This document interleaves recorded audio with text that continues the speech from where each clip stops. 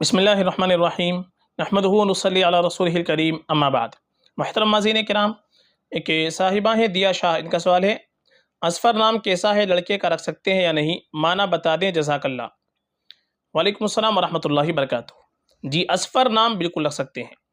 اصفر یہ سفرہ سفورن سے اگر اس کو مانتے ہیں تو اس کے معنی روشن ہونا، چمکدار ہونا، تو اصفر یہ اس میں تفضیل کا صیغہ بنے گا، اور اصفر کے معنی آئیں گے بہت زیادہ روشن ہونا، بہت زیادہ چمکدار ہونا۔ تو معنی کے اعتبار سے دیکھا جائے تو اصفر نام بالکل ہم رکھ سکتے ہیں، معنی میں کوئی خرابی نہیں ہے، اصفر نام بالکل رکھا جا سکتا ہے۔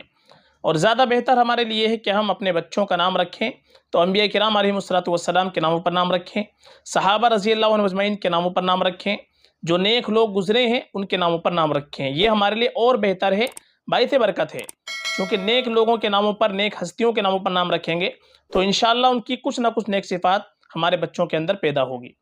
اس لیے نام اچھا رکھنا چاہیے، اچھے معنی والا نام ہونا چاہیے۔